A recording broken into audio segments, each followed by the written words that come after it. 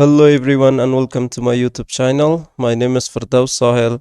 In this video with Affinity, I'm going to show you something very useful, which is called expand stroke.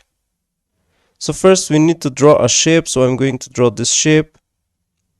You need to add the stroke for your shape.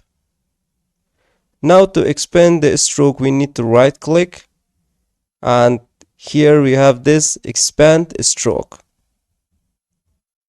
When you click, now as you can see in layers panel, there is this curves and rectangle. So I'm going to select this rectangle and move it, and here you have this stroke.